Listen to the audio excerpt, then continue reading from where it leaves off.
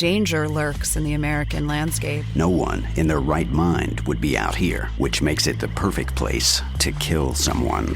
Introducing Hot and Deadly from ID, your podcast for classic American true crime served with a side of biscuits and gravy. On each episode, you'll hear some of ID's most shocking stories of murder and betrayal, from the mystery of a preacher shot and killed by a bow and arrow to a former prom queen gone missing and found murdered. Listen to Hot and Deadly on Apple Podcasts, Spotify, or wherever you get your podcasts.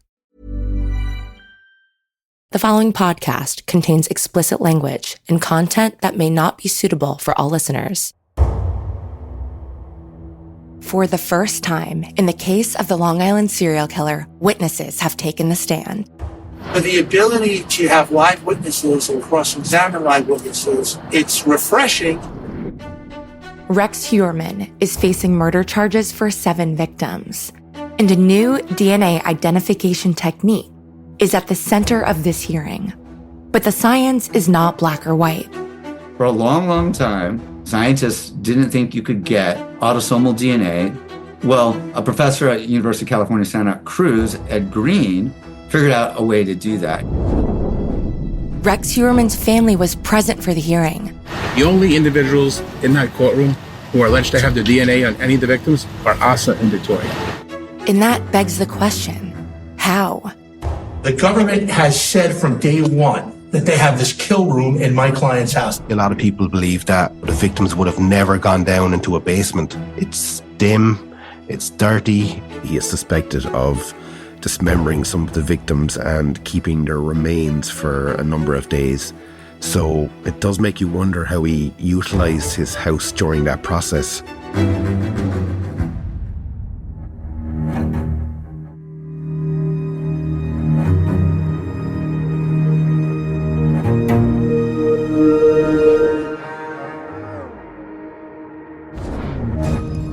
From ID and Joke Productions, this is Unraveled, Long Island serial killer.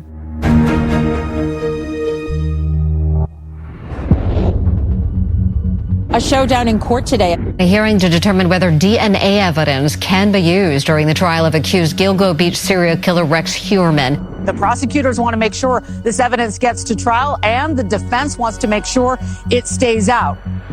Now that the first 2 witnesses have been called in the case against Rex Heuermann, there is new energy in Judge Mazzei's courtroom. Here is Heuermann's defense attorney, Michael Brown. All of us have been living this case for a year and a half, sitting in an office, going through the discovery. So the ability to have live witnesses and cross-examine live witnesses, it's refreshing. It's a way in which we can move the case forward. The prosecution started with Dr. Kelly Harris from the University of Washington and Dr. Nicole Navrosky from the Center of Human Identification.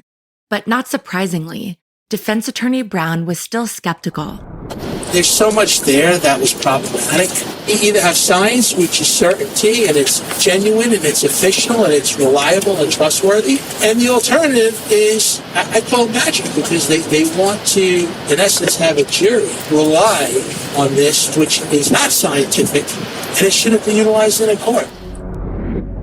The stakes are high at this point, and not just for Rex Heuermann. If District Attorney Ray Tierney gets a positive result at this Fry hearing, it would mean a massive change in the New York court system. A brand new DNA process would be introduced into courtrooms, helping to convict or exonerate defendants. When you think about it through that lens, defense attorney Michael Brown is under the spotlight. He has to ask the right questions to aid the court in properly vetting this new science, a science that he still continues to call magic. The issue at the heart of this Fry hearing is not DNA science in general, but rather the process used by the Estrella lab. Estrella is the lab run by Dr. Green in California, the one solely responsible for the nuclear DNA matching between the crime scene hairs in the Heuermann family. So far, neither testifying witness has worked with Estrella directly. Dr. Navrosky's team at the Center for Human Identification is in the process of examining Estrella's methods and has yet to determine whether they'll be used for the organization's forensic testing, so her testimony may have been premature. To help us make sense of Estrella's methods without using graphs and charts and convoluted science talk, and perhaps also to help understand why Michael Brown refers to it as magic, I reached back out to Steve Kramer, a former FBI agent who was instrumental in the DNA identification of Joseph James D'Angelo as the Golden State Killer. Steve now co-owns and operates Indigo Solutions, where they've built an AI software to help identify people through public records and their DNA. Through our conversation, I learned that there are 3 distinct steps to Estrella's proprietary process. Step 1, extraction. Crime scene evidence, you need to get DNA out of it. Before you can even do any of this mathematical stuff, all they had was rootless hair. And for a long, long time, scientists didn't think you could get autosomal DNA from a rootless hair. Well, a professor at University of California, Santa Cruz, Ed Green, figured out a way to do that. And he's like, no. In fact, rootless hairs are very good at preserving autosomal DNA, nuclear DNA. So you got to take the hair, put it in a test tube. You got to dissolve the hair under certain conditions. And then from that, they will extract the DNA from it and build what they call a library. So this is part of the process that Dr. Navrosky's team is looking at. And of course, what defense attorney Brown is questioning. He's mentioned numerous times that a Suffolk County Crime Lab official has testified that it is impossible to extract nuclear DNA from rootless hairs. So how does Estrella Labs pull this nuclear DNA from a rootless hair when no one else has managed that process? Is the lab on the cutting edge of science, or is it magic? But that second part of the process is also being questioned. Once they have some DNA, they have to build the whole genome sequence. But with degraded DNA, as in the rootless hairs, some 3 decades old, there are missing pieces. The relevant scientific community being scientists that work with DNA, whether they're in a crime lab, including the FBI, all agree. Whole genome sequencing is a very, very good technique. But genome sequencing has not been traditionally used in forensics to put people in jail, used in criminal trials. So just to understand the process, so this whole genome sequencing, where you're actually extracting the DNA, then what's happening is that the scientist gets a numeric code which represents the DNA. Is it being run through software? Is that how the newer analysis is happening? So in a sense, yes. One of the things about whole genome sequencing is they talk about coverage. Crime scene DNA, if it's degraded, the first time you sequence a very small amount of degraded DNA, you're not going to come anywhere close to getting all 3 billion base pairs. And so you sequence it again, and then again, and you try to get a portion of that genome, right? But you might get a little bit.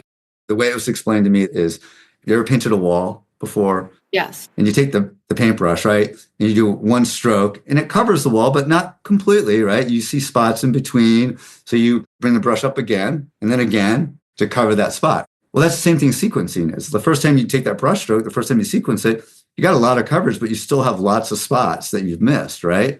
But if you don't have a lot of paint, if you don't have a lot of DNA, you can only do that so many times. If you don't have a lot of DNA, so you only had enough for 3 brush strokes, right? Or half a brush stroke. But you have lots of missing pieces in between the paint where you can see the old paint. And now imputation is, how do you fill in those gaps? This is what the scientists do in like the analysis portion of it. And they would run a software that would say, look, you have these SNPs here and these SNPs here, but you're missing the ones in between. And you can take an educated guess based upon the SNPs that might be on either side. And so you do that for all these gaps throughout the genome. You can impute. I'm simplifying it, obviously. I'm sure the scientists would not like me saying it. It's like an educated guess. No, I was literally going to read you a quote from Dr. Navrosky because we wanted some just clarity. And she basically said it's mathematical modeling and educated guessing based on DNA information. Ultimately, it's educated decision making. And it really does come down to the quality and the amount of DNA data available. You would not want to set that bar really low and just be trying to fill in the blanks everywhere, because it's going to be wrong, and you're going to end up with the wrong person of interest, is what she said. So what does setting the bar low mean? Is she talking about like how much imputation, how many gaps there are to fill? And is that imputation done based on what's known about other DNA and like how repetitive certain things are? Correct. Imputation is a standard part of that process. It's not like some magic. It's not like I'm cheating so much. It's very standard to do that in sequencing. Is there a degree of subjectivity when it comes to this kind of DNA analysis? Like, is there a human interpretation aspect, or is it completely mathematical? It's completely mathematical. Even the imputation process is done through software, and that software is setting parameters. Now you could argue, I suppose, two different people might be able to argue what those parameters should be. But I mean, as long as you're transparent what those parameters are for the imputation, then there's no subjective factor in it. Michael Brown's argument here is that while this process of mathematical educated guessing is a great thing for figuring out ancestry or identifying remains, should it really be used to convict someone? Of course, the prosecution is arguing that the math, the science, is solid enough for this tool to be used in criminal cases. Now, the third part of this process is what gets us all these big numbers that will most likely have an effect on a jury: the statistical probability of a match between the degraded crime scene sample and the clean sample taken from the defendant after the arrest. If there's just over 3 billion pairs of those, you can see like over 99% of the DNA is going to be the same in anybody. And what we're trying to do when you do sequencing, you're looking for those differences. You're trying to find 2 or 3 million of these differences in the genome, which would be the SNPs. We compare this SNP profile from this hair to an individual person, in this case, the defendant, Heuermann, right? So they get DNA from him, they get DNA from his wife. Let's sequence their DNA and then compare it. So Dr. Navrosky said during her testimony that she couldn't give her opinion to the court about IBD-GEM. What is IBD-G? Well, IBD stands for Identity by Descent. I think that's the name that he gave to his software package that does that analysis. What does it compute in the context of IBD? So say, I don't know what it was in this particular, say it's 80 different SNPs. All 80 are the same between the rootless hair and between the defendant. What are the odds? So, well, guess what? There's nothing new about those statistics. And the data's public. It's NIH. It's not that you're making up anything for a particular number. So you can say the odds that somebody will have all 80 of the same ones are going to be 1 out of greater than the number of atoms in the universe. So that's my point. And that's what Estrella, the experts in this case, that's what they're saying. Is like, we know for a fact that these rootless hairs belong to this individual and his wife. This is a brand new process, which has only just started being vetted by other scientists in the field. While on paper, this looks very promising, the defense claims that there are too many unknowns to put a man's life on the line for it. We will hear from Dr. Green of Estrella Labs himself, the man behind this new technique, in mid-April, as he is the prosecution's third expert witness. If Judge Mazzi decides to allow the Estrella evidence into the court, it would set a precedent, and with it, possibly allow countless cold cases with rootless hairs to be solved and prosecuted, taking killers off the streets and bringing justice to the victims' families. What was also very different this time around is that Rex Heuermann wasn't in the courtroom for just a few minutes, standing handcuffed. He was in fact sitting at the defense table, able to participate in his defense, or nodding off, according to some media reports. I checked in with Laura Engel, who was at the courtroom that first day. So this was totally different than what we have seen in the past. This time he comes out and he is led to the defense table and handcuffs are taken off. He turned to the audience. It was only for a few seconds, but it was significant. And when I saw him with the handcuffs off, and he's sitting down in his suit, and he's pulling up his chair, and he's turning to his attorney, it was just such a different feeling in the room. And one thing that I noticed was the first time we really got to see him sitting with his hands in front of him on the table. And Rex Heuermann has pleaded not guilty. He is innocent until proven guilty. But one thing that we all noticed was just the size of his hands, and we keep going back to the victims, and we look at the size of the victims who were all petite and young and on the shorter side, it's just, I don't know, it's just something that really stuck out and really gave you pause looking at him. Also looking at him were his wife and daughter. Fresh off of filing the uncontested divorce, waiting for a judge's signature to make it official, Asa Ellerup returned from South Carolina and was in the courtroom with her daughter, Victoria. It doesn't seem like she's abandoning her support. What we got from Robert Macedonio, he says, because he won't let them talk, and I do want to note that there were no cameras around, but Macedonio told me that the reason why they came was to hear for themselves about this DNA evidence that is directly tied to them. Asa and Victoria are here today because the only individuals in that courtroom who are alleged to have the DNA on any of the victims are Asa and Victoria. It's important for them to listen to how that evidence was extracted, how the testing was conducted, and the probability that it came down to them. Because they're not privy to information, the only way that they can hear information about things that pertain to them is by actually going to court and listening to it. They're not accused of anything, but the general idea is that these hairs were transferred to victims. They want to hear the evidence themselves. That's why they said they were there. As if the thought of your husband or father facing allegations of being the Long Island serial killer isn't traumatic enough, learning that the prosecution alleges that your hair was found with the victims must be incomprehensible. While neither Asa or Victoria are alleged to have been involved or were near the crime scenes at the time these victims went missing or were murdered, the question of how their hairs got on the victims is a valid one. Next, we deep dive into the Heuermann home, the target residence, and get inside in a way we haven't been before.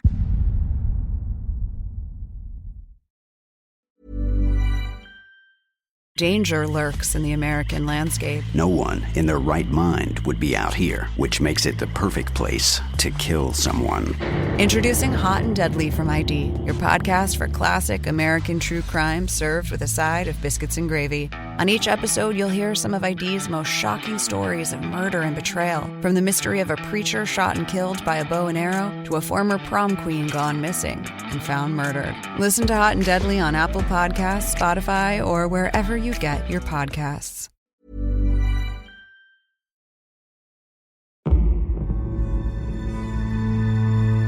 Rex Heuermann has been charged with the murder of 7 women. Only Sandra Costia, Jessica Taylor, and Megan Waterman are alleged by the district attorney to have DNA evidence of Rex Heuermann himself, male hairs to be exact. But 6 female hairs have been found on Amber Costello, Megan Waterman, Maureen Brainerd Barnes, Valerie Mack, and Sandra Costia, which the district attorney alleges are from Rex Heuermann's wife, Asa Ellerup, his daughter, Victoria Heuermann, or witness number 3, which is understood to be Heuermann's ex-wife. The district attorney has been very clear that he does not believe either of these 3 women were involved in the alleged murders. In fact, Victoria was only a toddler when Valerie Mack was murdered. So how did the hairs of these women transfer to the victims? In episode 26, we investigated the possibility of the Chevy Avalanche, Rex Heuermann's vehicle, to be that point of transfer. A hair of the wife or daughter stuck to the headrest, a victim picked up in his car, rests her head on that same headrest, and the hair is caught in her hair. But with Maureen Brainerd Barnes, the alleged hair that belongs to Asa was found on the belt buckle that restrained her lower body. With Valerie Mack and Sandra Costia, the hairs were found on or near the victim's arms. The district attorney has also alleged these 7 murders took place inside the Heuermann home, calling it the target residence. So does this mean that the hair transfers happened in the home? And if so, where?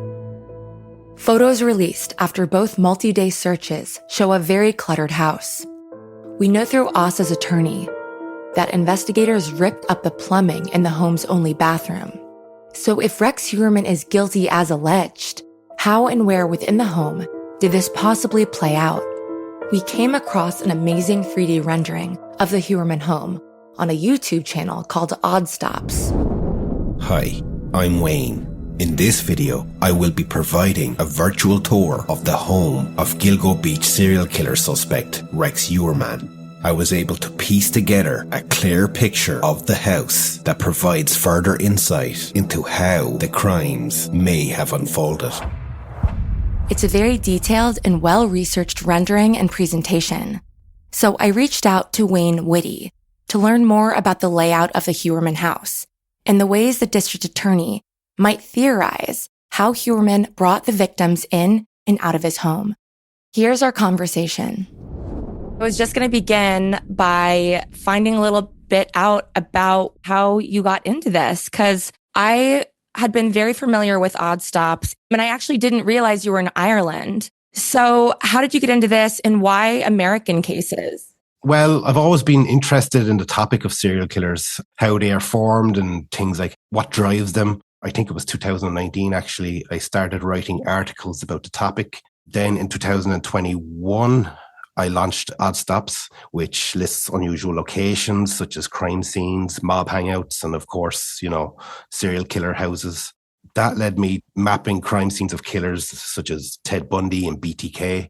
Around the same time, I guess I had one of those light bulb moments. I figured that I could take all of the knowledge I had learned about the subject and apply it to an unsolved serial killer case. The first case I saw when I Googled was the Long Island serial killer. From that point on, I basically became obsessed with the case, and I began searching for any small details I could find. I actually wrote my first series of articles about the case in February of 2022, which was just 1 month before Heuermann was identified as a suspect. So you collect all of this information about all these locations tied to these victims. When there's an arrest of a suspect, that suspect is Rex Heuermann. Just tell me a little bit about when you started building your house model, because the model you created was really astonishingly good. Yeah, I started the model in August of 2024. I obviously looked at the blueprints. I tracked down every photograph of the house that I could find. I then began reaching out to various sources. I also contacted Ace's attorney because the family had basically released a set of photographs of the inside of the house. When it comes to sources, I always prefer to seek them out myself. By seeking them out myself, I can be pretty confident that they're not some anonymous person who is lying. Once I had a good view of the house, then I just started building it. And during the building process, I also sent back photos to various people that were familiar with the basement and the house, and they gave me small kind of, feedback about it. So knowing what you know now about the house and all the information you collected, do you agree with the DA's suspicion about the house potentially being a crime scene? Yes, definitely, because it was pretty obvious from the start that these types of killers do need a lot of time and privacy to commit their crimes. So I was always under the impression that it was the house. So let's just take a look at the house. Talk about the exterior of the home, what you would see if you were driving by. Well, I think the first impression that everyone gets is that it looks a bit run down. It's a smallish ranch-style house. There is a porch area at the front. The roof of the porch is held up by, it seems to be untreated timber. There's a lot of shrubbery, a lot of trees and bushes around the outside. Other than that, I wouldn't think it looks too much. It doesn't look too creepy or anything like that. I think it looks a lot creepier to us now because we know exactly what might have went on inside. In your reporting, you made some observations about some changes that you can see that are visible from the front that include the garage and the hedges. Yeah, well, I found a Nassau County tax assessor photograph of the property that was taken in January of 2001, which, by the way, would have been roughly 2 months after Valerie Mack was murdered. And in that photograph, you can actually see the front porch was much more closed off.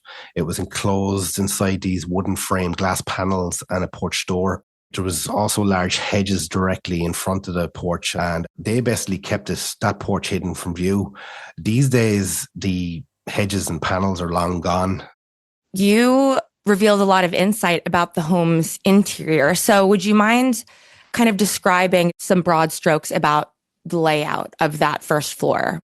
Well, there is a porch at the front that provides access to the front. You step into a small foyer area. The living room is on your left, and then there's a hallway to the bedrooms on the right. There's also a garage to the left of the porch.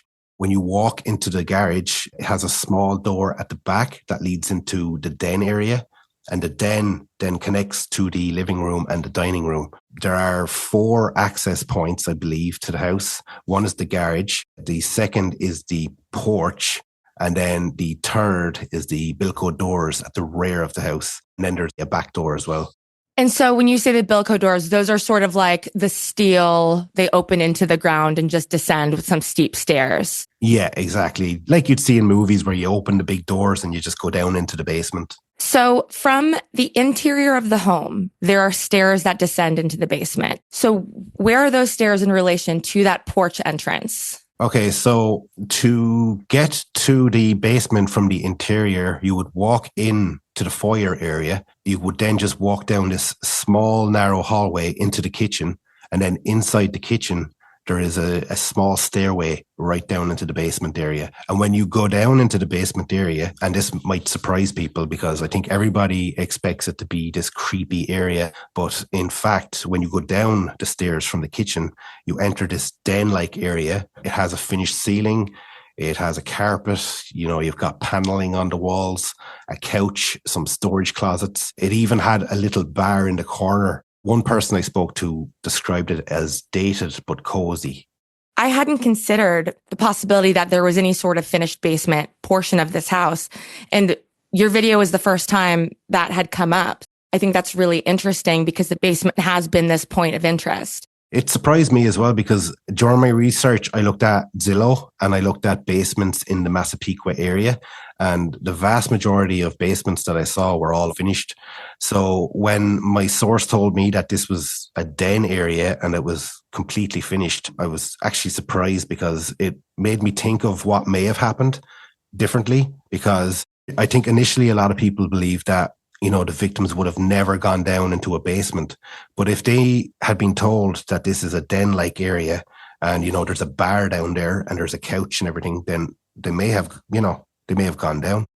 If Rex Heuermann did, in fact, lure these women, allegedly, he would have had that time in the car to mentally prepare them for that and create that narrative. Maybe his rule would be, we don't do any of this in my bedroom. I'm married. You know, this is where this happens. Exactly. It wouldn't have been weird for the victim allegedly to be brought down there. And it might not have been a spooky situation if allegedly the suspect had time to disarm them and warm them up to the idea on the car ride potentially. Yeah, because from what we know so far, the vast majority of victims were actually picked up in Manhattan. So if you take that into account, then he had a 30 or 40 minute drive with these victims. He could have prepped them, as you said, about the basement. Next, Wayne goes into further detail about the basement, the different rooms within it, and the gun vault.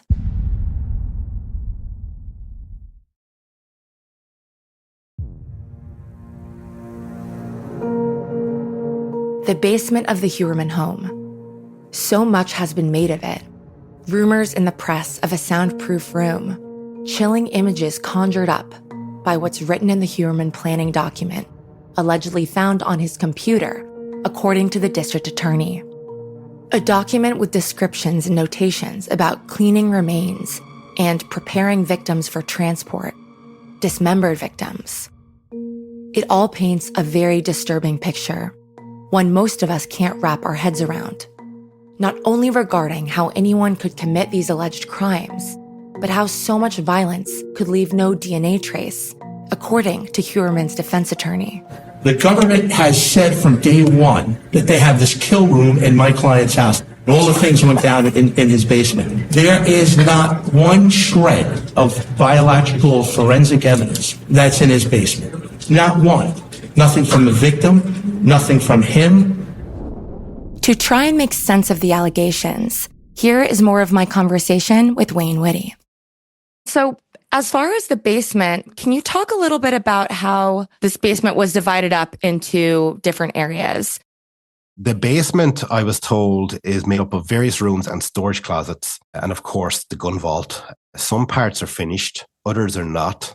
These were changes that were made over time. You have different types of wood paneling. There are exposed beams in some parts of the basement, while other parts, obviously the part in the den area, has a finished ceiling. So if someone were to walk down the stairs, they would see this cozy, dated room and not know that behind another door, there is like a scary, dingy, dungeon-like room, but they just can't see it at first. Yeah, exactly. When you walk down into the den area, there is a door, or there was at least back then, a door on your right that leads into a large utility room. When I spoke to one source, they described it as a large, dark, unfinished and mostly empty room. There was no proper flooring. The ceiling was exposed wooden beams. The only thing they remember seeing inside the room was a water heater and a few household cleaning items. The utility room is just this large open space. There's not much in it. It's dim.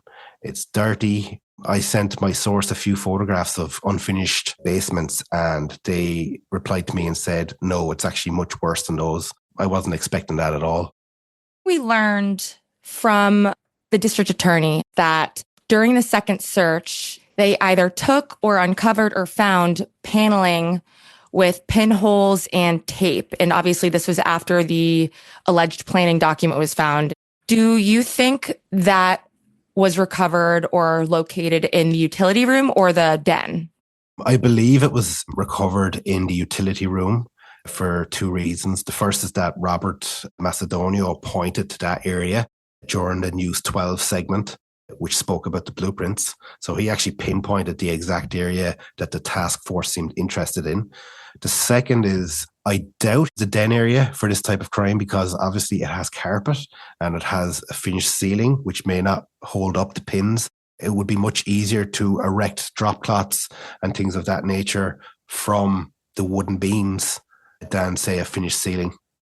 And as far as the gun vault is concerned, there has been some back and forth information about the size and relevance of it. What's your understanding of the characteristics of the gun vault? I was told that the gun vault is on your right when you walk down the Bilko steps at the back. Ace's attorney actually told me that. There are various descriptions of the vault. Robert said that it was a smallish, unfinished room. Others have said that it was a large room with a big iron door. There was also, I think, one news report that said Heuermann poured a lot of concrete for the room. The descriptions seem to vary a lot, so I've kind of just arrived at the opinion that we should probably just wait for a photograph before we believe anything. And the garage itself, what do you think about it? We didn't know until your video that there was a door into the exterior of the home in the back of the garage, which hypothetically could be really useful, but given the size of his vehicle, maybe not. Yeah, I think most people, myself included, initially believed that he would have used the garage, but after I realized how packed it was full of his stuff and how large his truck is, and I spoke to someone who walked up close to the garage and had a good look at it, and they said there was no way he'd get that truck inside. Basically, I can't see it happening. And I think it would actually take longer for him and make more noise. I think the porch was far more direct, quicker, and secluded at that time. The house is set back far from the street. If we could run through a hypothetical based on what you've uncovered about the house, how might the suspect have brought women into his house? Well, there's been a few theories out there that he may have attacked the victim en route. Personally, I don't believe that. I think we have to realize that these women would have been in many different residences. They would have been in places that looked far worse than Rex Heuermann's home. To them, this was just a job. In their minds, they were just going to get in, do their work, get paid, and get dropped back to where they were picked up. As I think the former police commissioner, Richard Dormer, said, the killer was like a spider, basically luring them into his web. He didn't have to rock the boat with them because they were already willing to go back to the house with him. So when they stepped into the house, obviously, I'm sure he would have told them exactly where they were going so that, it doesn't cause any confusion. I think he acted more, as I said, like a spider, luring them back in there and then basically waiting And do you think when victims allegedly would go down to the basement, the gun vault is something they might have seen? Because I feel like if that would spook me, but maybe it's not recognizable as a gun vault. I don't think it's actually visible from the den area. I think you have to go through another room, possibly. The defense has argued that biological evidence of the victims hasn't been found in the basement that we know. What is your suspicion about how or why that may be if Rex Heuermann is the alleged Long Island serial killer and he did in fact commit these crimes? Well, firstly, there's the passage of time. The first bodies were found in 2010. They didn't identify Rex as a suspect until 12 years later, and they didn't do a search of the house until 13 years later. So that's 13 years, between the last victim and the search. We also know by looking at his manual that he was very aware of forensics. He knew that blood left behind DNA evidence. He knew that there was hair involved. So he thought of almost everything he could to prevent any sort of forensics evidence being left behind. So you're saying based on the alleged planning document that if he did write it and if he did do it, it suggests that he was very careful with biological evidence and aware of it. Yes, exactly. So do you have any information about whether there's drainage or any kind of sink in the basement? Because the question of how the alleged crimes were committed is a fair one. Yeah, I asked a few questions about those kinds of things. Obviously, he is suspected of dismembering some of the victims and keeping their remains for a number of days. So it does make you wonder how he utilised his house during that process. My source said that they didn't really see any drains or sinks or anything of that nature in the basement. If that's true, then it does raise some questions about how he managed to carry out the acts in his manual. I guess that one possibility is the bathtub, seeing as he wrote drain cleaner in his list of supplies. We know from past cases that some offenders, such as Jeffrey Dahmer, utilised the tub so that they can easily wash away any biological matter and keep things contained. In this case, we know that the tub was obviously upstairs, so he would have had to bring the victim up the steps in the kitchen, do what he needed to do, and then clean and package everything. Another possibility is that he waited for rigor mortis to set in and then positioned the victim in such a way that the blood pooled in one area of their body, making it easier to contain. We know that the medical examiner estimated that Jessica Taylor had been dead for 2 to 3 days before her remains were dumped in Manorville. We also know that the last 2 victims had fabrics in their oral cavities. One thing that happens after about 3 days is that the body can begin to bloat, and this can lead to liquids leaving through the mouth. So this may have been to stop that from happening. If that's true, then it means that he was experienced enough to know what happens to a body after 3 days, which may indicate that his post-mortem process took a number of days, possibly due to biological factors and perhaps also due to his work schedule. For example, his workbook had a engineering meeting at 9 a.m. on July 22nd, 2003, which was the morning after Jessica Taylor went missing. It's likely that it took longer for the dismembered victims compared to the Gilgo 4, so he would have needed the house to himself for a number of days. So last question. We talked about how the victims may have entered the home willingly, possibly through the front door. So how do you theorize Heuermann allegedly exited the home with the remains following the alleged crime? If he was very cautious, then he may have backed the truck up to the garage so that the end of the truck bed was mostly out of view. Then he may have opened the end cover of the Chevy Avalanche and pushed the remains inside. Of course, all of this was done at night and the remains were likely concealed, so it's also possible that he just loaded the truck as normal. I mean, if a neighbour saw him throwing a bag into his truck, then I doubt that they'd immediately assume that he was removing a body, especially in the cases of the earlier dismembered victims, as they were concealed, in smaller plastic bags. Given that he was a hunter, his neighbours may have been used to seeing him loading stuff into his truck.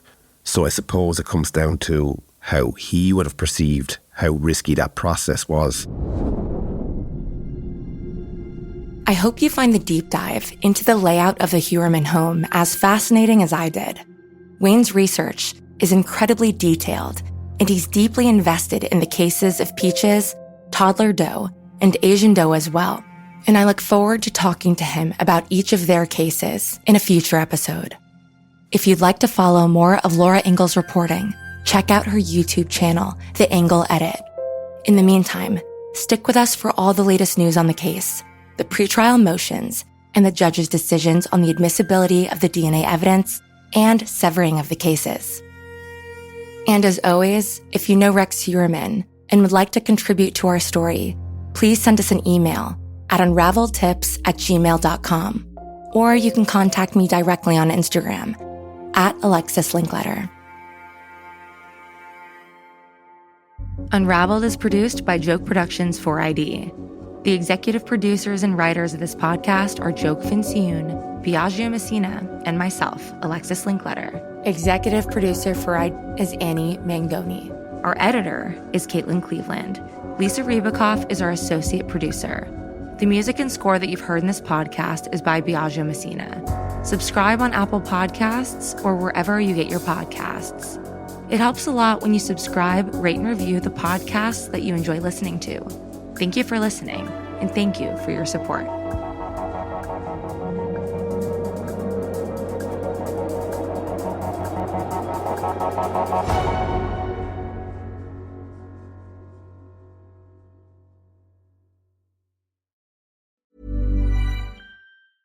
I'm Anna Garcia with True Crime News, the podcast. Every crime tells a story. Every story deserves justice.